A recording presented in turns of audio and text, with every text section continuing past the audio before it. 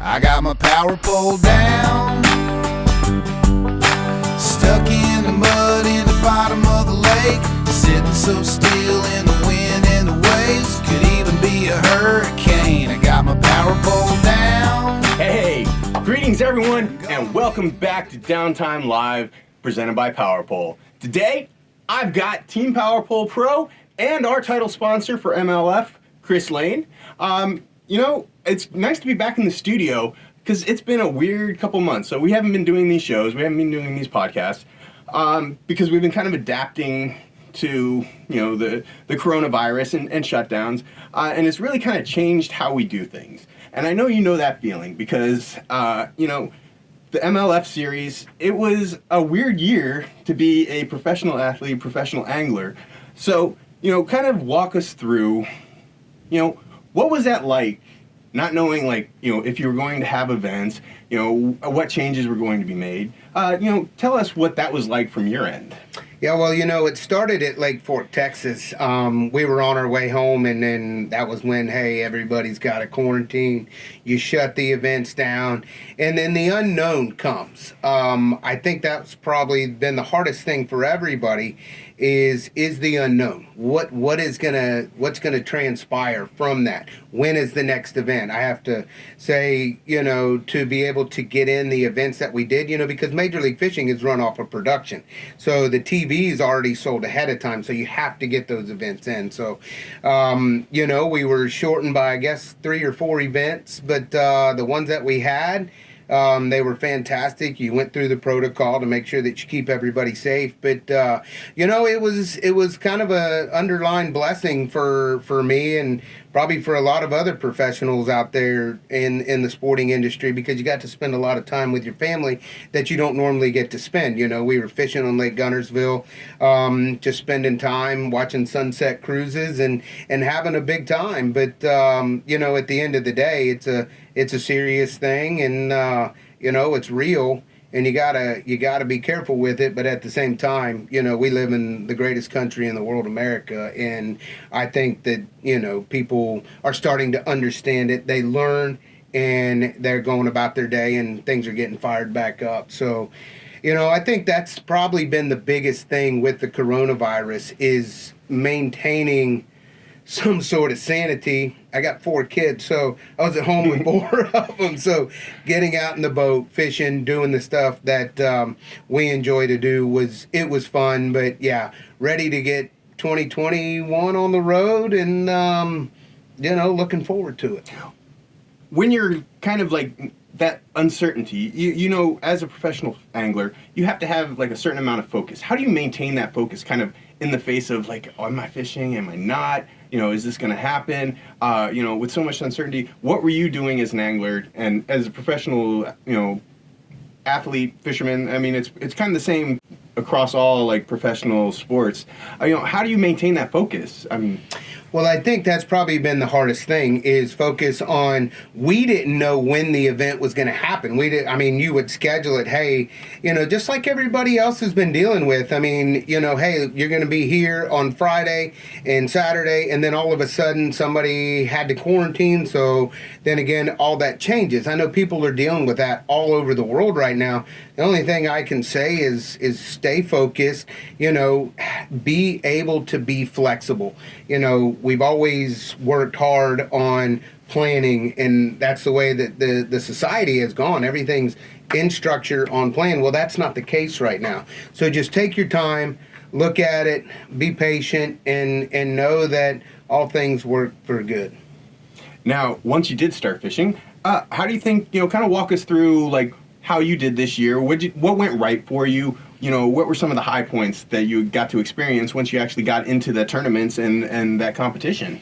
Yeah, well, once you finally got into the competition, everything changes. You forget about coronavirus. You forget about, bills that got to be paid.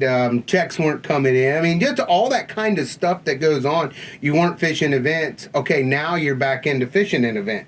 Man, what a change that takes place. I watched the PGA. You look at some of those guys that have stepped up and, maintaining focus at the event and understanding that only catching a fish matters at that point. I mean, that's what you have to do well in that event. So you have to eliminate everything else. Even though it's hard, it's just something that has to happen in order to do well in those events. What was your best event this year? Man, I would have to say probably heavy hitters at Kissimmee. I think it was a top 15. Had some good events. Just kind of stayed right in that 15, 10, 20 mark, right in there the whole season, So didn't have any big finishes, but didn't have any bad ones either. MLF, it's kind of got a unique structure to it, right? Mm-hmm. It's a made-for-TV kind of event, right? Yep. So did you happen to pick up more fans? Did you see more fan engagement knowing that, we didn't have many televised sports going on, and fishing was one of the few places where you could still find, that televised action. Did you see more engagement from the fans this year? Oh, absolutely. I think, because that's how people actually had to stay in touch with each other. And that's how people actually, connected. So I think with Major League Fishing and the fact that it is 100% made for television, it's made for the fans, it's made for the viewers, that's all we hear about when we go places, when we actually have interaction with people, is how much they love watching Major League Fishing, love watching the game, because that's what it is now. It is a game. There is a time. There is a cutoff. There is a weight. It has all the dynamics that people love to watch as a sporting event, and I think that's what's been so successful with it. Now, looking ahead, I'm sure you're ready to get back to that normalcy you talked about, but looking ahead to the 2021 season, it's just right around the corner now. What do you hope to get out of it? What are your goals? What are the expectations of yourself for the upcoming season? Yeah, I think the expectations for 2021 would to be 100% focused, 100% dialed in, and I think 100% to be, thankful for the sponsors and the businesses that have stuck with their pros through this hard time. There's been a lot of changes with that in the fishing industry, and I don't want that to go to unnoticed. Companies such as Power Pole, such as Bass Pro Shops, and on and on and on, that actually stick with their team, that stick with the people that help them get their message out there. That's a big statement. I know Power Pole's at the very top of the list with most all the anglers, and I just have to say thanks to them. But I think 2021 is expressing the gratitude, to those companies, but also to stay 100% focused on, catching a fish, getting those top tens, trying to skid up there in the points, and give it 110%, because no matter what happens, no matter how bad it's been in a lull, no matter how bad people have been, stuck in their houses or what have you, it's going to go on. The world's going to keep going, and you better be at the top of your game.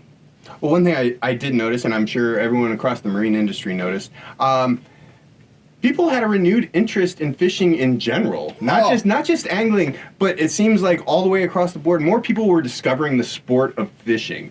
And for some of these people that are just now kind of getting introduced to the sport of bass fishing, what kind of tips would you have for them? Man, I tell you, that's a great point, because I think we've heard that more than anything. Was we got everything out of our boat that was sitting in our garage, and I took my daughters fishing. I took my kids fishing. I went fishing for the first time in 10 years.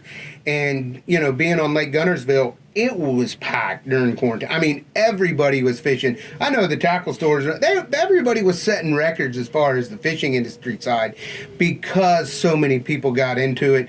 Being in the outdoors, I think, is something that people kind of got back into, kind of understood. Hey, it's okay to slow down, go out, enjoy God's creation, and spend time with your kids and have a big time. And I think that that was a big message that was sent across the nation by watching people do it. Speaking of being a dad and seeing your kids fishing, you actually got to see your kid this year. Cal became part of Team Power Pole this year, and you got to watch him kind of follow in your footsteps. As a dad, what was that like?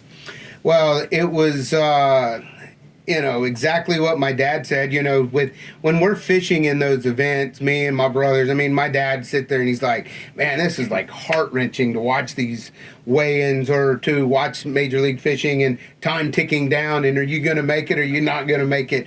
I didn't really know what he was talking about until I went to Cal's weigh-ins, and I'm like, man, and it didn't really sink in until I look back on, he just graduated in June. They actually postponed the graduation from May. I think it was in June. End of June is when they actually had graduation.